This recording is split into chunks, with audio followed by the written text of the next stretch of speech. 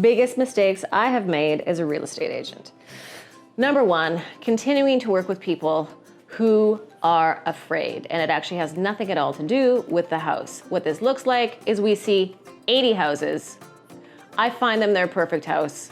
We see another 40.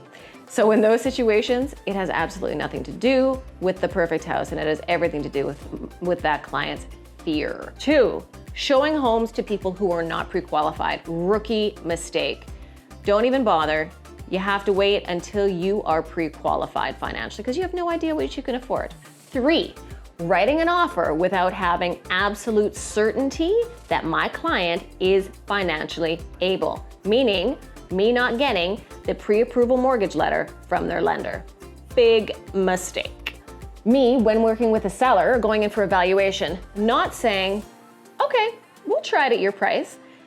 Sellers are notorious for believing their home's value is more than it actually is. Now, I always tell the truth about the values. I give them the comparables. I let them see it themselves.